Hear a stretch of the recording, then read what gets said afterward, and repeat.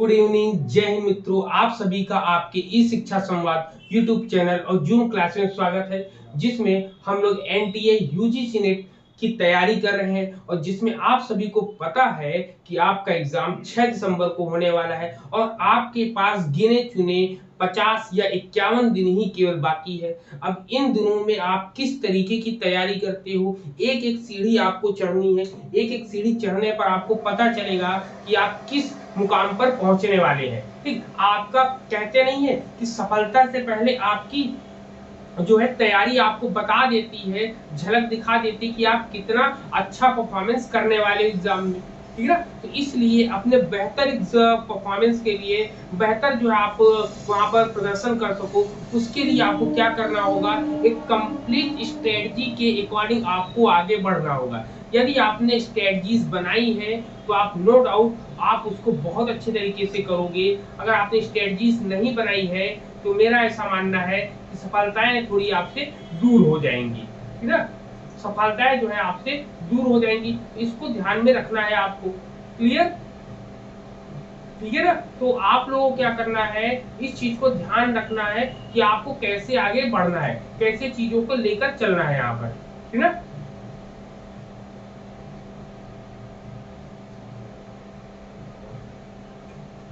जय Shri Krishna.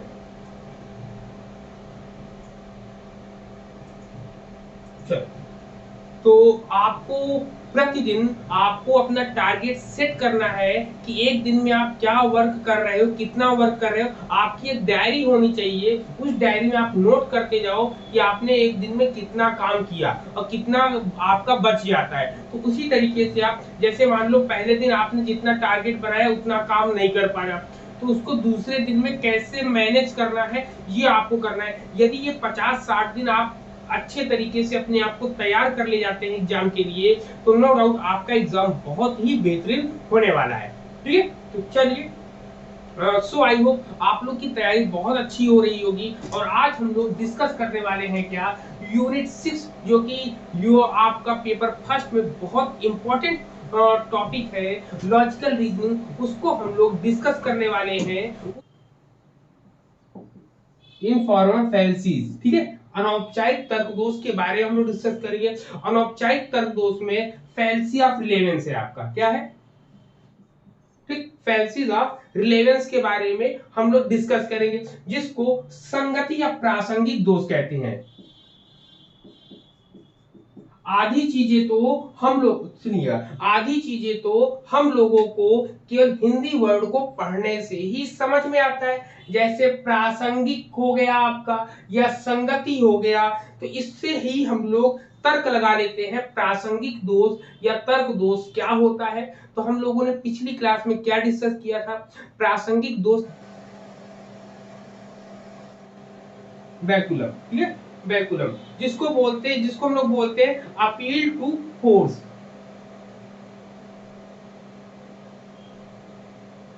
Appeal to force, ठीक है, ये याद रखेंगे। अपील टू फोर्स एग्जाम में या तो ये पूछ सकता है इसका नाम, या तो ये ऊपर वाला आपका नाम पूछ सकता है। ठीक, चलिए, अब हम लोग डिस्कस करते हैं आखिर ये होता क्या है, ये कौन सी ऐसी चीज है जो बता रहा है हम लोगों को अपने बारे में। चलिए, तो सबसे अब डिस्कस करते हैं। जैसे हम एक एग्जाम्पल लिखते हैं, जैसे एग्जाम्पल लिखेंगे, जैसे लिखा हो कि यदि तुमने हमारी बात ना मानी तो, लिखिए, ठीक, यदि तुमने हमारी बात ना मानी तो तुम्हें बहुत हानि उठानी पड़ेगी। तो ठीक, बहुत हानि उठानी पड़ेगी। तो यह क्या है, अब इसमें हम समझते हैं कि इसकी परिभाषा क्या होती है, इसके बाद क्या होती है। जैसे क्या है, कहते हैं कि जब शक्ति का सहारा लेकर प्रतिद्वंदी को अपनी बात मनवाने का प्रयास किया जाता है, तब अपील टू फोर्स होता है। अपील क्या करते हैं? अपील टू फोर्स, हम अपनी बात को मनवाने के लिए उसके ऊपर प्रेशर, उसको डराते हैं, डराते इन द सेंस उसको भय दिखाते हैं हम लोग। ठीक है, जैसे आपके सामने एग्जाम्पल लिखा है कि यदि तुमने हमारी बात ना मानी तो तुम्हें बहुत हानि उठानी पड़ेगी। जब हम ऐसी बात कह देते हैं आप लोगों से या किसी से भी सामने वाले से, तो वो क्या होता है, उस पर एक प्रकार का माइंड में प्रेशर, वो भले आपके सामने कह दे कि हाँ ठीक है, माने चाहे ना माने, लेकिन उसके मन में वो बात चलती रहेगी। तो उसके ऊपर फोर्स हम लोग करें ना, एक प्रकार का दबाव डाल रहे हैं, एक प्रकार की ताकत डाल रहे हैं, इसीलिए अपील टू फोर्स हो गया। अब इसका दूसरा एग्जांपल हम क्या कह सकते हैं, ये तो एक सामान्य रूप में मुष्टि युक्ति होता है, लेकिन एक कहावत के रूप में भी कहते हैं, जिसकी लाठी उसकी भैंस। क्या कहते हैं, जिसकी लाठी उसकी भैंस ना, इसे कहते हैं, जिस आप लिख लेंगे भैंस, ठीक है। ये भी एक कहावत है, तो इस कहावत से भी हम लोग जान सकते हैं कि इस प्रकार की युक्ति का प्रयोग कब होता है, जब हम प्रतिद्वंदी को तर्क या कूटनीति के सहारा जो है मतलब उनको हरा पाना जब असंभव हो जाता है, तब हम उनको डराते धमकाते ना। जब कभी हम उनको अपनी बातों से नहीं कुछ कह पाते हैं, तो आपने देखा लड़ाई झगड़े में कहा जाता है ना कि यदि तुमने मेरी बात ना मानी तो मैं तुम्हें अच्छा सबक सिखाऊंगा, तुम्हें हानि उठानी पड़ेगी, ऐसी प्रकार की जो धमकी देते हैं, तो वो आपका अपील टू फोर्स के अंतर्गत आता है। क्लियर। तो इस प्रकार के जो हमने एग्जाम्पल जो सेट किए हैं, इस प्रकार के एग्जाम्पल से हम कह सकते हैं कि प्रतिद्वंदी को किसी भी ताकत या बल का प्रयोग देकर, धमकी देकर किसी निष्कर्ष को मनवाने के लिए बाध्य करना ही आपका मुष्टि युक्ति दोष कहलाता है।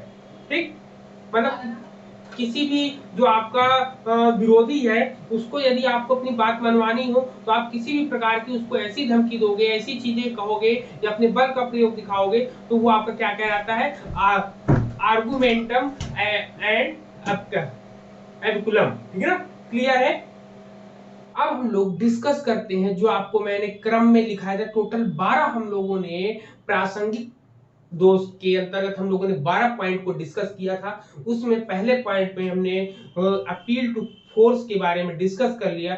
दूसरा पॉइंट जो है आपका क्या आता है, व्यक्ति परक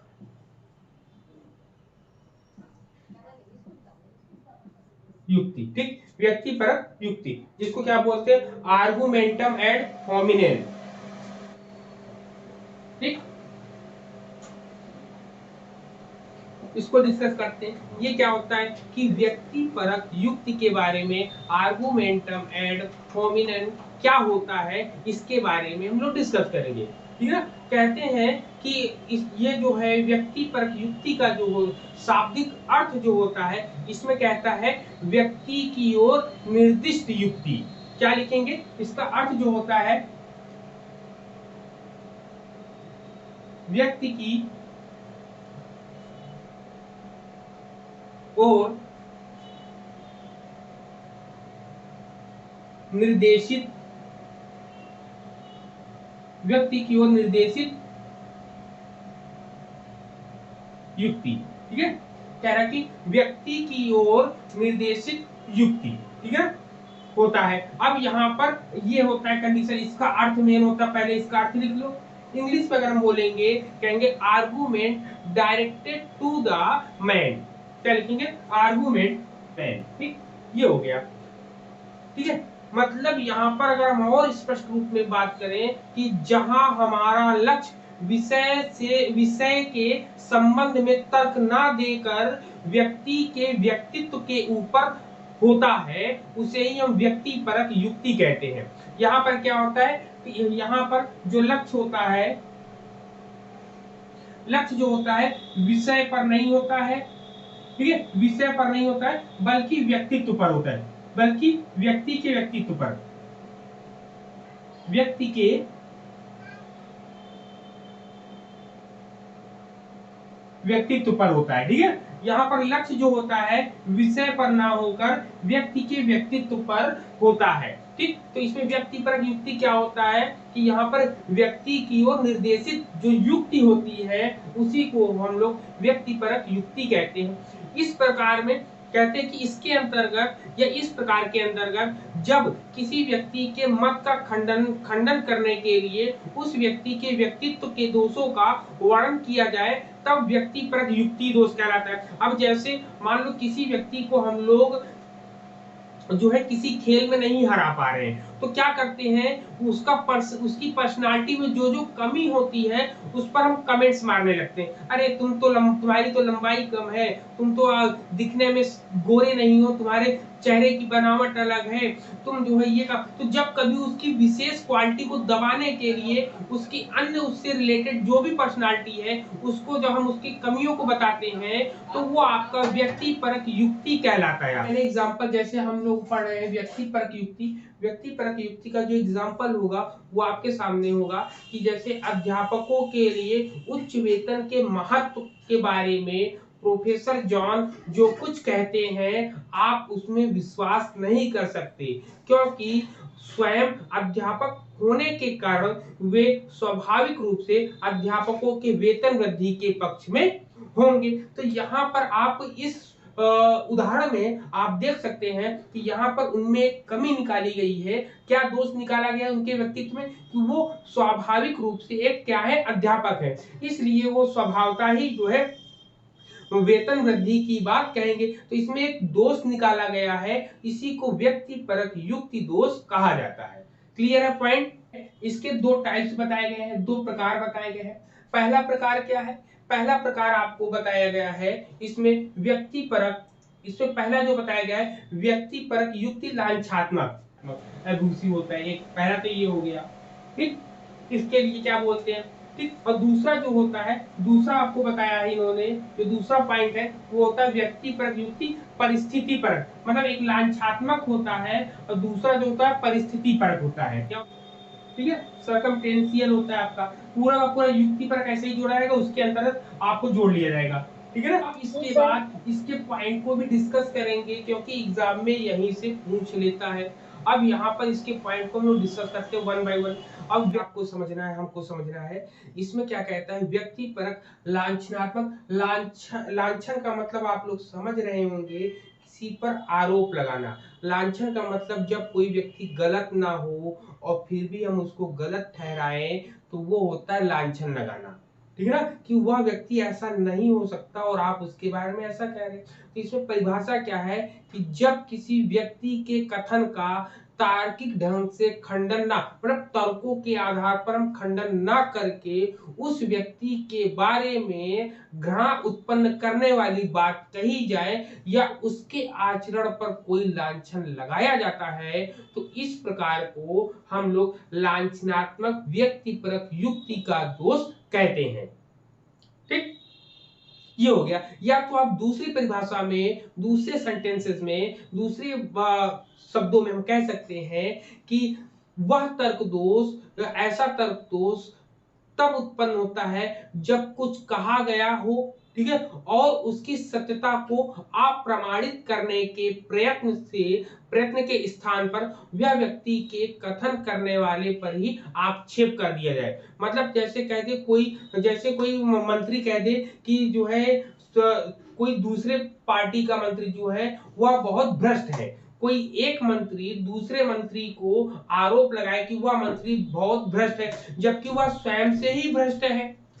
ठीक, तो यहाँ पर आक्षेप लगाने की बात कर रहा है, ये हो जाता है। ये आप सीधी लाइन जो मैंने बताया वो बहुत अच्छी लाइन है कि जब कभी हम किसी की बात को तार्किक ढंग से उनका खंडन नहीं कर पाते हैं तो घृणावश, द्वेषवश उसके आचरण पर हम लोग लांछन लगाना शुरू कर देते हैं, जो कि वो सही नहीं होता है। ठीक, जैसे आप लोग देख सकते हैं, हम लोग देख सकते हैं, अगर एक ही बाइक पर दो नौजवान लोग जा रहे हो, एक लड़का और एक लड़की जा रहे हो, तो और लोग कहेंगे अरे ये देखो किसको लेकर जा रहा है, हो सकता है इसकी गर्लफ्रेंड होगी, मतलब वो उनको पता नहीं कि कौन है। और फिर बाद में जबकि असलियत ये होती है कि भाई बहन जा रहे होते हैं या मौसी के लड़का लड़की जा रहे होते हैं, लेकिन व्यक्ति जो है उन पर लांछन लगाना शुरू कर देते हैं ना। तो ऐसे प्रकार के जब कभी चीजें होती हैं तो वो होता है। तो बहुत से तमाम चीजें आप देखोगे और भी चीजें आप भी अपने घर में भी देख सकते हो कि जब कभी दो लोगों में, भाई बहन में जब लड़ाई होगी तो उसके बारे में कोई कमी नहीं होगी, तो उसके व्यक्तित्व से संबंधित या उसके आचरण से संबंधित जो भी चीजें होंगी उसके बारे में तो आप उसको तुरंत उजागर कर देते हो, बता देते हो ना मम्मी पापा को, देखो इसने ये ऐसे ऐसे किया। तो वहां पर क्या वो लांछन लगाया, जबकि वो चीज है नहीं फिर भी आप लगा रहे हो। क्यों? क्योंकि आप अपने पास तर्क को दे रहे हो उनको। तो ये तरीके होते हैं। अगर आपको एग्जाम में कैसे एग्जाम्पल आएगा ये जान लो। एग्जाम में आएगा कि उदाहरण के लिए कि बेकन के दर्शन का क्या महत्व हो सकता है, ठीक? उसमें लिखा होगा कि बेकन के दर्शन का क्या महत्व हो सकता है, क्योंकि उसे तो बेईमानी के अपराध के कारण कुलपति का पद छोड़ना पड़ा, ठीक? एग्जाम्पल ऐसे आएगा कि बेकन के दर्शन का क्या महत्व हो सकता है, क्योंकि उन्हें तो बेईमानी के अपराध के कारण कुलपति का पद छोड़ना पड़ा, ठीक? इस युक्ति में व्यक्ति परक युक्ति लांछन दोष है, क्योंकि इस युक्ति में बेकन के आचरण या चरित्र पर लांछन, मतलब कभी भी हम जब उनके किसी भी कैरेक्टर पर हम लोग उंगली उठाते हैं वही आपका लांछनात्मक आपका आर्गुमेंट कहलाता है। क्लियर है? सरकमटेंशियल होता है या सरकमटेंसेस के रूप में भी आपका आएगा। एग्जाम में क्या आएगा? एग्जाम्पल में आपके ऑप्शन में कि आर्गुमेंटम एड होमिनम सरकमटेंशियल, ठीक? ये पूरा वर्ड यहाँ पे जुड़ा रहेगा, केवल ये लास्ट में अलग से आ जाएगा आपका। तो इसमें क्या कहते हैं? इसमें कहते हैं जब किसी व्यक्ति की परिस्थिति की ओर आकर्षित करके, अब लाइन को याद रखिएगा, लिख भी लीजिए। व्यक्ति, बहुत से लोग वादे तो कर देते हैं लेकिन करते नहीं है, मतलब कहने को कह तो दिया लेकिन करने की बारी जब आई तो पीछे हट गए। जैसे आपके बहुत फ्रेंड सर्कल में बहुत होते हैं कि कहते यार मैं आपके लिए खड़ा हूं, ये कर दूंगा वो कर दूंगा, लेकिन जिस समय कंडीशन आती है तो भाग खड़े हो जाते हैं सब लोग। तो वही कथनी और करनी में विरोध होता है। अभी आप समझो क्या होता है। परिस्थिति परक के बारे में हम लोग डिस्कस कर रहे हैं। कहते हैं कि जब कभी किसी व्यक्ति की परिस्थिति की ओर ध्यान आकर्षित करके उसके कथन का खंडन किया जाता है तब आपका परिस्थिति परक होता है।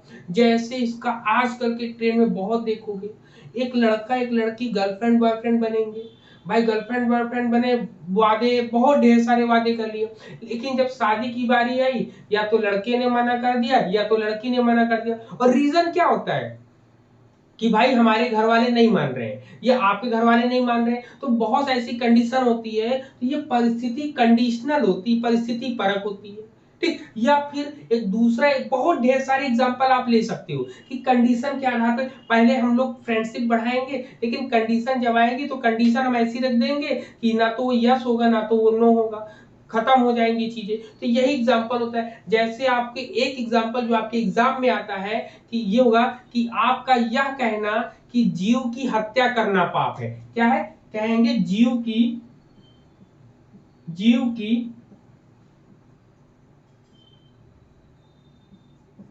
हत्या करना पाप है। अब ये एग्जांपल दिया गया कि यह आपका यह कहना कि जीव की हत्या करना पाप है कैसे सत्य हो सकता है? लिखेंगे कैसे सत्य हो सकता है। अब ये बताओ क्या ये सच्ची बात है कि जीव की हत्या करना पाप है? आप लोग बताओ, सब लोग बताओ, जीव की हत्या करना पाप है क्या? सर पता नहीं सर, आधे लोग मानते हैं कि पाप है, आधे लोग कहते हैं कि नहीं कोई बात नहीं। कोई बात नहीं। बहुत से लोग ऐसे कहते हैं क्योंकि अगर कोई मांसाहारी हो, क्योंकि लिखा हो क्योंकि आप मांसाहारी हैं, ठीक है। लेकिन अगर पूछा जाए सच्चाई में, वास्तविक रूप में, तो ये प्रकृति का एक चक्र बना हुआ है। उस चक्र के अनुसार आप जब जीव विज्ञान की तरफ जाते हैं तो जीव विज्ञान में कहते हैं एक व्यक्ति दूसरे, दूसरा दूसरा, एक पूरा चक्र बनता है ना। लेकिन व्यक्ति जो है, इंसान मनुष्य जो है, वो किसी को भी नहीं मारने का अधिकारी है। क्यों? क्योंकि उनके खाने पीने की चीजें जो हैं वो अलग से बनी हुई है। हम लोग प्रकृति के विरोध में काम करते हैं।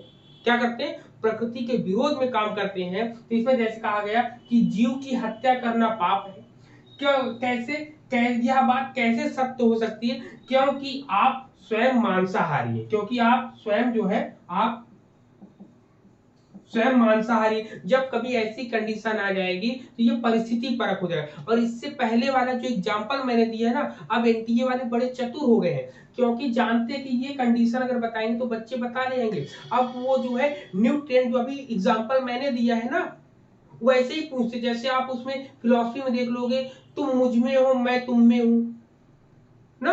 ये कंडीशन जब ये बात कहते हैं तो ये पूछते किस दर्शन में कहा गया है, बताओ किस दर्शन में कहा गया है कि तुम मुझ में हो। एक गाना भी ना उस सॉन्ग में जोड़ा गया है, तुझ में रब दिखता है यारा मैं क्या करूं, मतलब दोनों सेम सेम कंडीशन, तुम मुझ में हो मैं तुम में हूं। तो ये बताओ ये किस दर्शन के अंतर्गत आता है?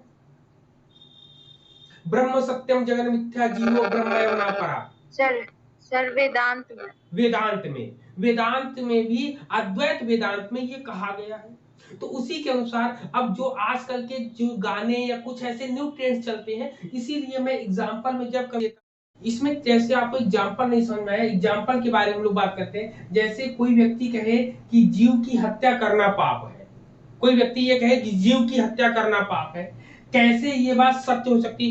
क्योंकि आप तो स्वयं मांसाहारी हो। ये तो कंडीशन हो गई कि आप जो है मांसाहारी भी हो और आप जीव की हत्या करना पाप भी कह रहे हो। तो ये परिस्थिति परक है ना, कि किस परिस्थिति में कैसी बात हमें करनी चाहिए। पर हम लोगों ने आज दो लोगों को डिस्कस किया है, दो लोगों इन द सेंस मुष्टि व्यक्ति मतलब अपील टू फोर्स के बारे में और आर्गुमेंटम एड होमिनम के बारे में हम लोगों ने डिस्कस किया है।